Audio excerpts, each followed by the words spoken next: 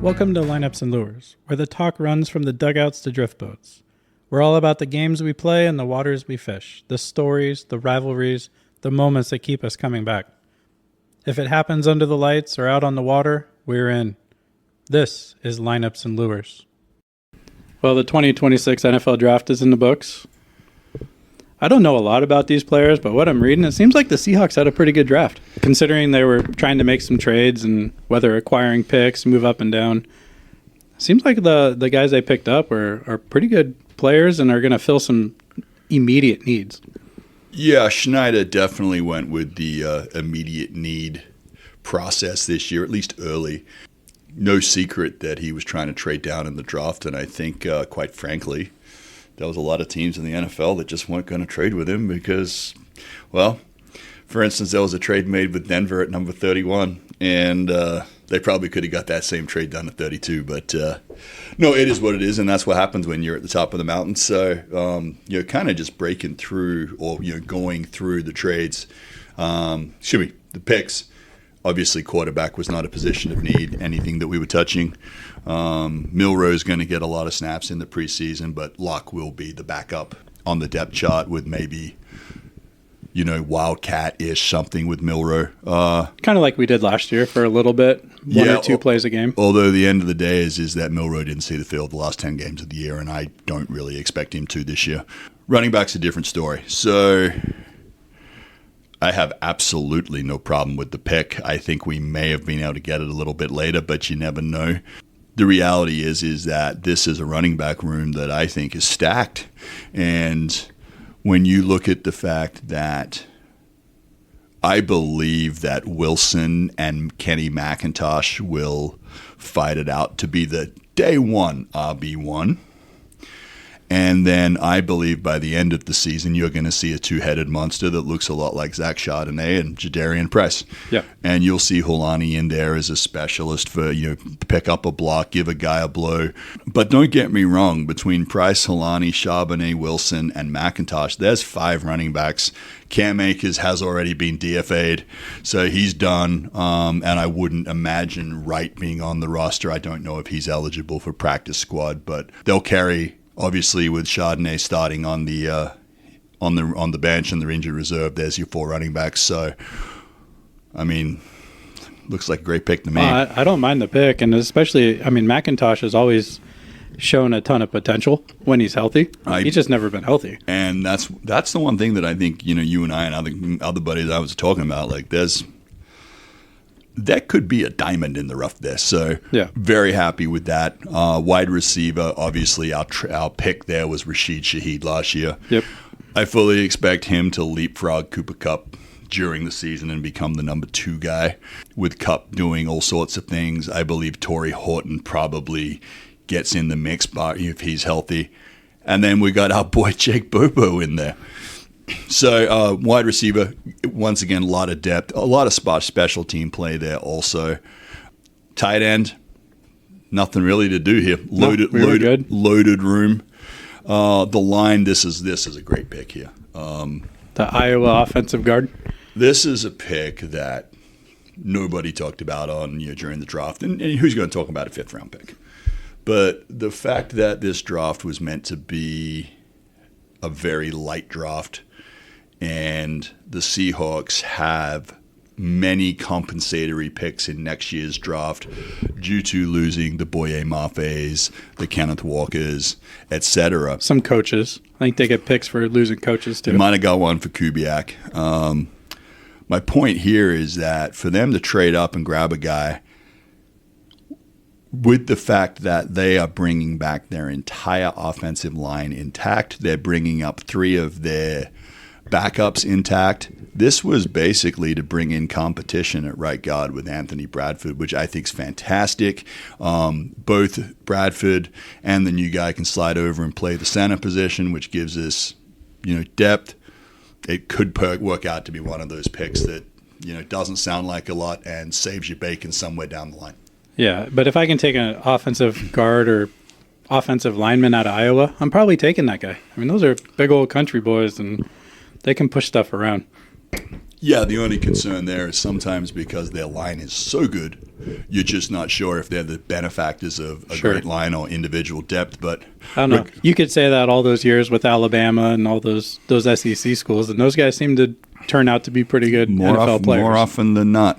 On the defensive line, really not much to do. You got Williams and Murphy buttoning up the middle with Jaron Reed and the rookie Riley Mills, who look to be our core of the interior. And then on the outside, you got DeMarcus Lawrence, Nuwasu, Derek Hall, and Jared Ivey is a name that people should pay attention to. So, there's your inside and outside. There's your outside. And when you get to the inside linebackers, the combination of Jones, Thomas, and Tyrese Knight, those guys are all under 27 years old. It's kind of a scary team. And here's the funny thing. Now we're going to talk about the guys we actually drafted. Yeah. Safety, cornerback. Yeah. I mean, it's, we're going to see what goes on here with these guys and how quickly they put into a starting role. But, with Bud Clark and who was the other guy? The corner was Julian Neal. Neal, that's right. So essentially, you just took care of Kobe Bryant and Reek Wallett's departure with your draft picks. That's what you do. Yep. And you did it for a quarter of the price. Yep. Don't ever sleep on John Schneider. No, I mean, if these guys pan out, once again, it's just brilliant moves on his part. Let the expensive guys walk. He knew what he could probably get in the second, third rounds, and he didn't stretch. He didn't trade up to go get him. He just took what was there, and we got some pretty good players coming in. Well, the nice thing is, they may contribute from day one, but they don't have to contribute from day one. They're going to be able to, they're going to be in some pretty good DB rooms with those guys. And I am quietly confident about what's happening up there in Seattle, and I'm not ready for the summer to stop yet. We haven't even started it yet, but it's going to be a fun fall. It's going to be a fun fall. So, schedule's not out yet. Other than what? August 9th? Well, we know what day. Opening day, right? August 9th, right? Yeah. Who do they play? Who do you think that they're going to schedule us to play on opening night? Well, it should be New England. You think? Yeah. Super Bowl, just straight up Super Bowl rematch? Why not? I mean, there's so much news going around New England right now. There's going to be a lot of hype on that game. The other thing, depending upon if they got to be a little more careful with the schedule, would be Denver, because obviously the travel's a lot easier. I don't think you wanted. Well, I mean, if you just want to fly the Rams up and get it over, we can't do that because they're in Australia. They're in Australia the next week. Yeah, you're not doing that. It could be the Cardinals, but they got no quarterback, so that's not going to be a good game. I think you go in AFC. I think you go in Denver or New England, and the NFL doesn't like to do things at half measures. And if you went with Denver or New England, that could well be a prelude to the Super Bowl again. What about the Bears? That's a big NFC matchup. You're a lot higher on the guy than I am. I still think he might be the third best quarterback in that division. Well, that's fine, but look at how they've improved consistently over the years. Ben Johnson made a huge improvement in that offense. That's a good football team. It is a good football team. And they're not like they're old or this was a one-year thing. Like they're developing. So here's my deal. Detroit's probably got 1 year left because they're about ready to go in salary cap purgatory. If they can keep that defense healthy, I would just like to see them stay healthy and see what comes out of that. Green Bay is Green Bay. They made some good moves themselves this offseason, and they are primed for a run. And unfortunately for the Bears, I think they're the third team in that division. Well, all it takes is one injury or something to happen, and that can change. But all right, so you had to vote right now. You think it's going to be Patriots Seahawks on opening day? Yeah, unless there's some fun. I would trade Denver and New England. Or Denver. And the only reason, obviously, geography is my deal there. Actually, it looks like we're at Denver this year. So our home opponents are the Cardinals, which I don't think it's going to be Cardinals. Rams, Niners, not them because they play the next day. Okay. Cowboys, Giants, Chiefs, not going to be the Chiefs because no Patty Mahomes. Chargers, Bears, Patriots. So I could see Bears, NFC matchup. Well, then it sounds like we're getting the Patriots. Patriots, Super Bowl rematch. I mean, it should always be a Super Bowl rematch if it works out. Like I said, that's going to be a huge day for the NFL. You get the Mariners on a playoff run. I will probably go to that. Well, I think we're going to go to both, aren't we? Well, that's the plan. The old daily double, if you remember. Yes. Well, draft is in the books. It's going to be a fun off season, and you know what we get to look forward to? Hard Knocks. Well, yeah, I know it's going to be Seattle this year, but I got to tell you, I don't think I've watched Hard Knocks for like the last 2 years. I haven't watched it as intently as I used to watch it. That used to be absolute must-see TV. Yes. And it's a little watered down. Yeah. Although you did really enjoy that New York Giants one. Well, that was because, it was kind of the wheeling and dealing. It was Yeah. it was a fresh take. It was something that we hadn't seen. But, the whole, okay, let's focus on the quarterback in week 1. On week 2, let's focus on the good luck story. On week 3, okay, the boys start pushing and shoving and the fight breaks out. On game 4, they show the guy getting cut. And on game 5, they talk about the season, and that's Hard Knocks. That's been the same script for 20 years. It is, but you got to be able to pick up some new vocabulary. I mean, the charcuterie board. No, Kakuchi board. The child please. Child please was a good one. There's Child please was a good one. It's entertaining. Yeah. I need to use that on an umpire at some point. Well, I might beat you to it this summer. Yeah, exactly. Although I don't know if the Seahawks have really. I mean, they don't have. Now DK might have been the guy, but I don't think they got that guy. I think they're all pretty buttoned up guys. Well, that's what you think, but then when you get the cameras in the locker room, you just never know what you might catch. So, yeah, it should be. It's a good off season so far, and just waiting for the September 9th kickoff. Get ready for the 2026 season at Portland Baseball Club. Whether you're looking to fine-tune your skills or stay sharp during the off-season, we've got the perfect training option for you. From individual private lessons to camps and monthly membership programs, PBC has everything you need to elevate your game this winter. Our personalized lessons offer one-on-one instruction from top-tier coaches, focusing on hitting, pitching, fielding, catching, and more. For those looking for group training, our camps and total player program provide intense skill-building sessions designed to keep players engaged and improving week after week. Looking for the all-inclusive plan? Our total player program gives you unlimited access to training sessions throughout the entire winter. No matter what age or skill level, Portland Baseball Club has a program to help you reach your goals this winter. Join us and take your game to new heights in 2026. Sign up today and get ahead of the competition. For more details, visit portlandbaseballclub.com.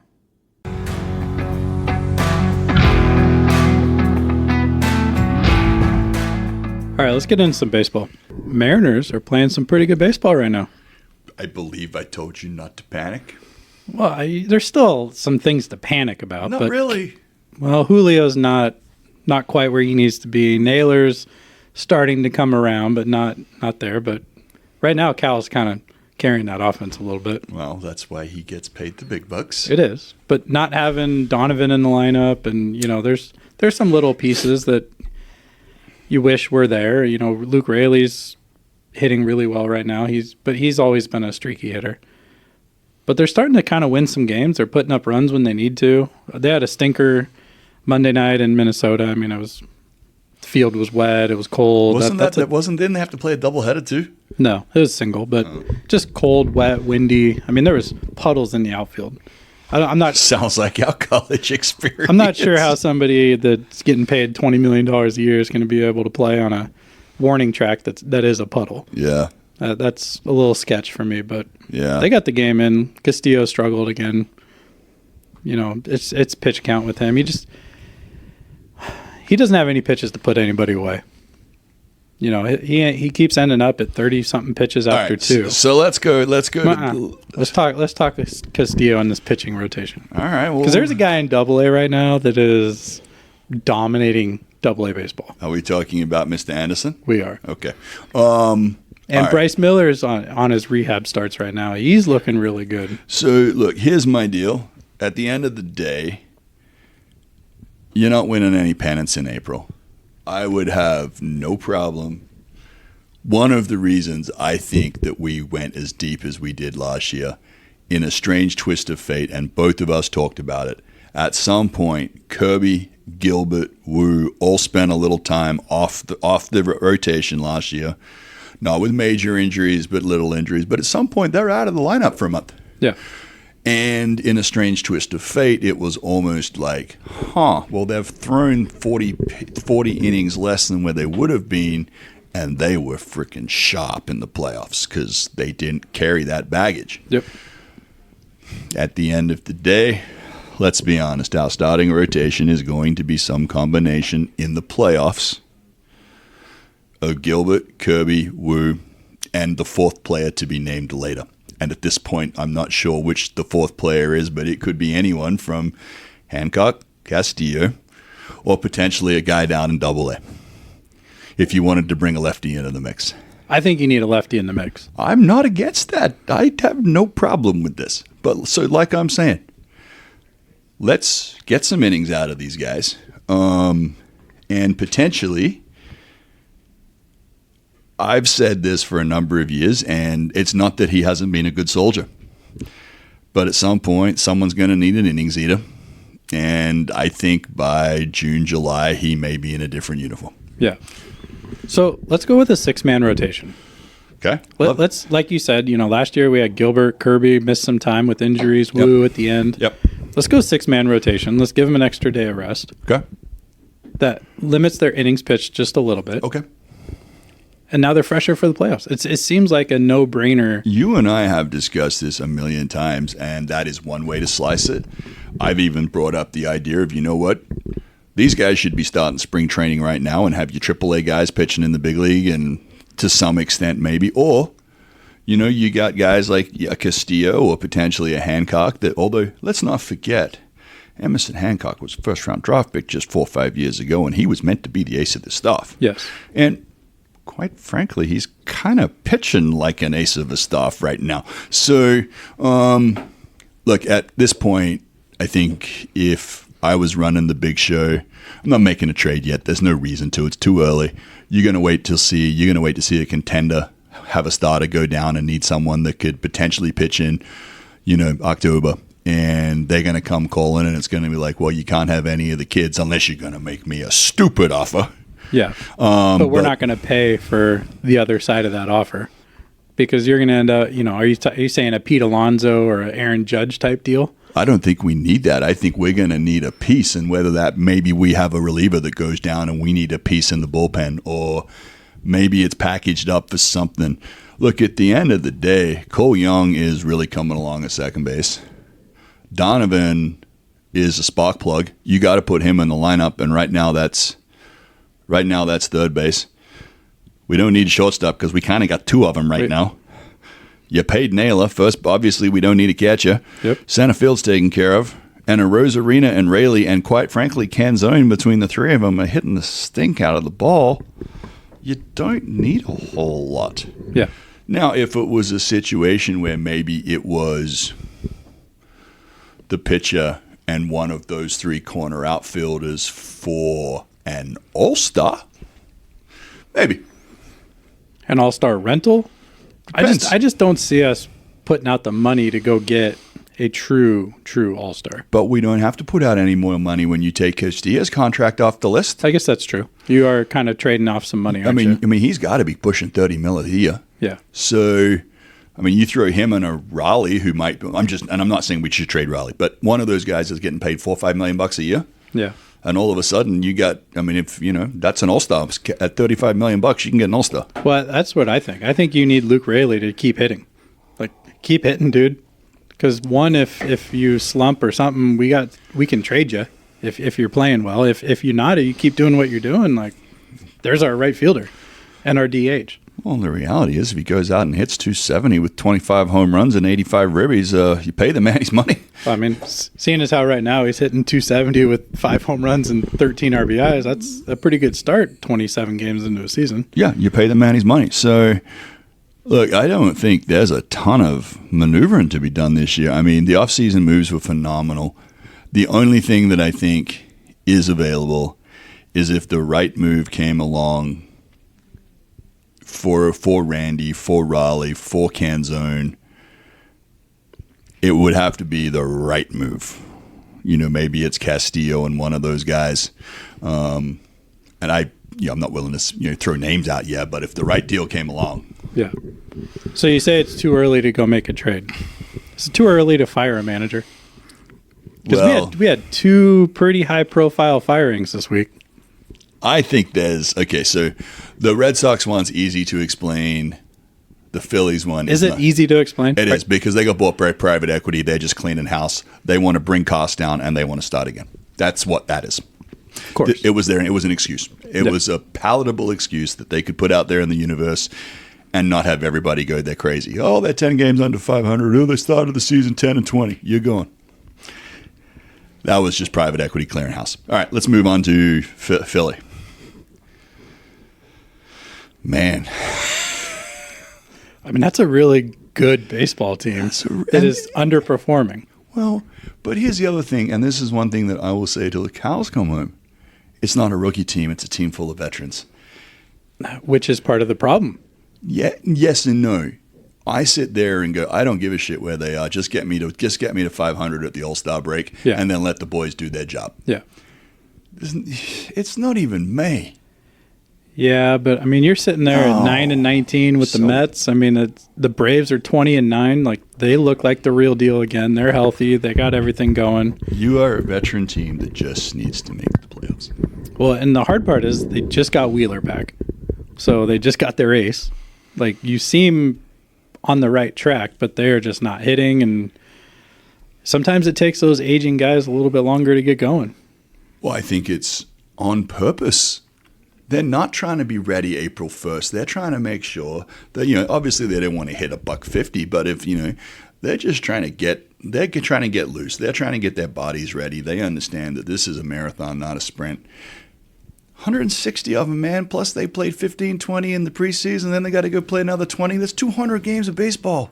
I know. I hear what you're saying, but they're 10.5 games back. Doesn't matter. 30 games into a season. You and I both know how when we're going to get past the All-Star break, team's going to go on a rough road trip and go 2 out of 10. Then you're going to face up with them against in league play, and before you know it, that 10 game spread is at 2.5 in a week. Happens all the time. Oh, they're going to go on a run. I mean, it's inevitable. And like I said, they got their ace back, so they're trending in the right direction, but man, it seems a little early to be making managerial. I'm with you. I think somebody laid on the big red button, and or you know what? One of the deals is when you've got owners that are billionaires, they can do whatever they want. Well, and let's think about it this way: Cora said no. So you're telling me that you didn't go, oh, Cora got fired. Let's go get Cora and we'll bring him in. Yeah, but you can make that phone call before you fire your guy. That's what I'm saying. Did they not go and do the background work and go, hey, if the job became open with the Philadelphia Phillies, would you hypothetically take it? So you and I spoke about this off the air. I think the answer is that I think he told him flat out, I'm getting paid $13 million whether I work or not the rest of the year. Then why do you fire your manager? Well, because I think they wanted to fire the manager regardless, and they had Donnie Baseball sitting on the bench. True. You don't got Donnie Baseball sitting on the bench that's won World Series as a manager and a player. That might be a different story. Yeah, that's a big move this early in the season. They had Donnie Baseball sitting on the bench, and that's why they got away with it. That's the only reason they did it this early. Yeah. Hey there, I'm Chad with Jackson Painting and Remodel, and if you're looking to give your home a fresh new look, you've come to the right place. Whether you need a bold new color for your living room or a fresh coat to brighten up your home's exterior, my team and I have got you covered. We specialize in both indoor and outdoor painting, using only the best materials to make sure your space looks amazing and stands the test of time. If you're ready to transform your home, visit jacksonpainting.com. I'd love to come by, chat about your ideas, and give you a free estimate. At Jackson Painting and Remodel, we don't just paint, we make your vision a reality. Again, visit jacksonpainting.com or call 503-620-2600.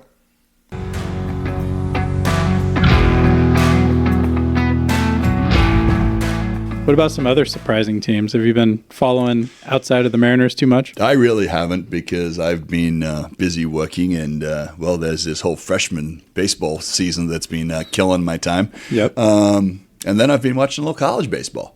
Yeah, college baseball is So always fun. it's been a little early for me to really dive into the Mariners, but our team down in Corvallis is doing quite nicely just at the minute. They are. There's a little injury scare. We'll see how that all shakes out, but that pitching staff is exactly what we thought it was going to be. Starting pitching staff is exactly what we thought it was going to be. And the bullpen's starting to come around. Everyone's fallen into their roles, and I haven't got to see that closer in person yet, but it looks like they're saying TrackMan picks it up as a left-handed pitch because he's so far over the top. Yeah. And he's got that big flowing hair, just personality. That's what you need in a closer. Really? I think he looks a little bit crazy out there. He's Mitch the Wild Thing, baby. No, Robles has obviously been a big pickup for the squad, and when you've got 12 saves and an ERA of 0.5, that typically lends to getting paid a little money at the next level. Yeah, what year is he? Do you know? I can give you that information in just a second here. I feel like he was a JC transfer, but with that arm slot throwing 93, it's pretty impressive. Mr. Robles is a senior, so he will not be coming back. He was a dirtbag last year. Oh, okay. And then he played for UNLV the year before that, so he has been a Vegas. He was a Rebel and then a dirtbag and now a Beaver. Nice. Yeah, that was big because going into this season, I mean, you kind of thought that Jaeger coming from UW was going to be that guy, and then he really struggled in the beginning. So having somebody that's been able to take that over is, it just gives you a lot of confidence going into that. I want to be clear though, for a guy that you said has struggled, he's 5-1 in 27 innings with an ERA of 2.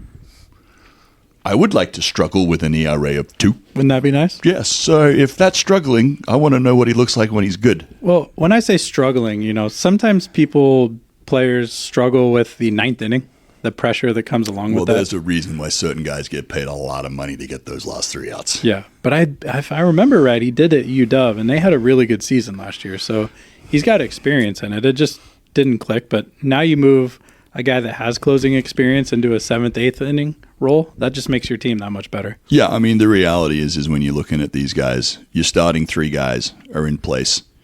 Then you've got, between Robles is your back of the guy, and then you've got Wyatt, Queen, and Jaeger. I mean, Wyatt's being the setup guy or just the finisher after Dax on Friday nights. This pitching rotation, this pitching staff is stupid. Yeah, it's pretty good. It's ridiculous. And being down there watching those guys, it's just like 96 mile an hour just keeps coming out of the bullpen. Oh, there's another guy with a 96 mile an hour and a hook. Yep. That pitching's going to get him a long way. But that's what it takes to play at that level now. Yeah. I mean, if you're right-handed and you're not probably 93, 94 and up, you're probably not getting a sniff. Even lefties, you better be 90. Yeah. It's a whole different world out there. Yeah, so, I mean, look, pitching isn't the issue. I think the issue really is going to be, can somebody offensively really take the bull by the horns? And it's kind of had to be AJ so far this year. Toltz had a few moments. And then we're starting to see the emergence of some kids. This Glasgow kid looks like he's the real deal. Vasquez at third base is having and quietly putting together a nice little season.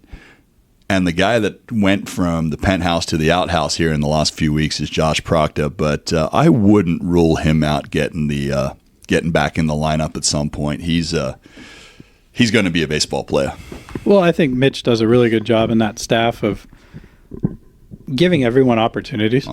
This isn't a roster like the 2018 roster where it was 1 through 9 was set every single game. And they all got drafted. But 7 of them are playing in the bigs right now? Yeah. Something like that. Kind of scary. Yeah. But see, you're kind of rotating around. You have your probably 6, 7 guys that are every single day, but being able to get all these guys opportunities, and then you get a guy like Glasgow who he got an opportunity. Mm-hmm. He took advantage of it. He did. He took over first base, a position he had never played. Yeah, I know. and it's funny because even though he's a shortstop, man, does he not know how to play first base sometimes. He's like sitting there over there going, but he's getting better. It takes reps. And they got a guy over there that's played some first base on the coaching staff, and so he can teach him. But you just give those guys opportunities, and you just don't know who's gonna pop. And for him to pop like that, I mean, he's leading the team in average. He's second on team in home runs. Like, it's pretty cool to see. And the neat thing is, there has been at times where different guys have been the hot hand, and Mitch is not against running the hot hand. I mean, it was Proctor for a minute. Proctor goes and has kind of an O for the month. And Nyan Hayes comes out, and his very first game of getting a look goes 3 for 4. Now, it wasn't a pretty 3 for 4. I was at the game, but 3 for 4 is 3 for 4. And next thing you know, his batting average goes from 170 to 250, 260. And It's like, well, I guess he's back in the lineup. Yep. I mean, it's been a beat-down battle for the shortstop position. I mean, neither one of those guys, both of those guys have had a chance to lock it down. And yet, right now, it looks like Inge is back in the spot there. But, yeah, we'll see. Well, it's everyone's going to be streaky. I mean, that's just the way it goes. So when you get to that postseason play, you just ride the hot hand. The one thing two things I like to say. Bryce Hubbard has been the oak tree in that lineup. I think he himself would like to see a little bit more power in. I mean, I know he's leading the team in slugging, but for him, I think he would have liked to have seen a little bit more power. And maybe if he was protected in the lineup a little bit, that may have been the case. But he has been, from top to bottom, our most consistent guy in the lineup, and is one of the few guys that they do pitch around in the lineup. Yeah. The other thing that I would say that I think's been hard to watch, and he got an at-bat, I think, last weekend or 2 weekends ago, and the whole crowd was rooting for him. And that's our former first baseman. And the whole crowd, literally, the whole crowd stood up, and then he goes and strikes out looking, and you could just hear the collective moan in Goss. Yeah. And it was just like everybody was sitting there going, come on, man, get a hit. It's kind of like when Joey Munt would come in. Right. Everyone was like, oh, we love you, man. Do something good. Right? Oh. Yeah. I mean, because look, at the end of the day, he's still tied. I think he's still tied for the team in lead in home runs. And he hasn't, but he's either home run or strikeout. And he's still a really good defensive replacement. He is. He's going to get his time. And, who knows? Somebody, a DH or Glasgow starts struggling. That's a pretty good veteran presence to have ready to go. Yeah. And I think that's going to be a situation where I believe Mitch is going to give him some at-bats. Probably to start with, it'll only be left-handed pinch hit, against pinch hitting against left-handed pitching. Yep. But there's a guy that if he runs into a couple, could all of a sudden break out. And, I mean, that's a guy that could hit 10 home runs in a month. Really. He really could hit 10 homers in a month. And if they're going to make a run in Omaha, you're going to need a guy like that because, I mean, we had him penciled in the 4-hole to start the year. So... yeah, Beaver baseball, man. Let's also not forget that it's been a little bit chilly. Not as chilly as years past and not as wet and stuff, but when Goss heats up, that ball starts flying. Well, this weekend, they're going to get an 8 at the front. And yes. I think those cars parked behind the bullpen and batting cages in left center field might not want to park there this weekend. Yeah, I'm not parking there for sure. No. Thanks for listening to Lineups and Lures. If you enjoyed the show, don't forget to rate, like, and share the podcast. It helps us reach more fans, more anglers, and more stories worth telling. We'll see you next time, whether it's out on the field or out on the water.